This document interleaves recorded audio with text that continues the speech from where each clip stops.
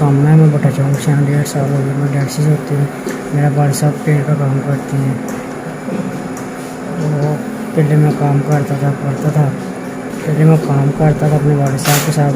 काम नहीं होता मेरे से, डायलिसिस हो रहे हैं तो फस्टूला बन गया, काम नहीं हो रहा मेरे से। फस्टूले की वजह से ना मैं वज़न उठा सकता ना मैं मजदूरी कर सकता हूँ।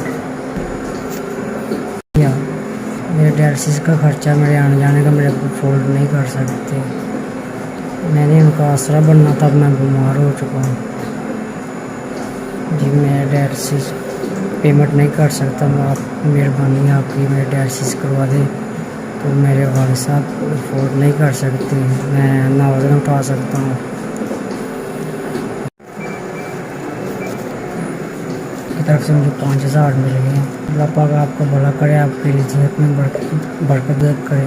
आपने मेरी मदद की, आप मेरी मज़ीद मदद करें।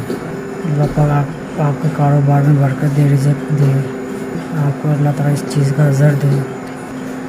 आप से मैं मदद मांगता हूँ, आप मेरे महीने के डायलिसिस की पेमेंट करें।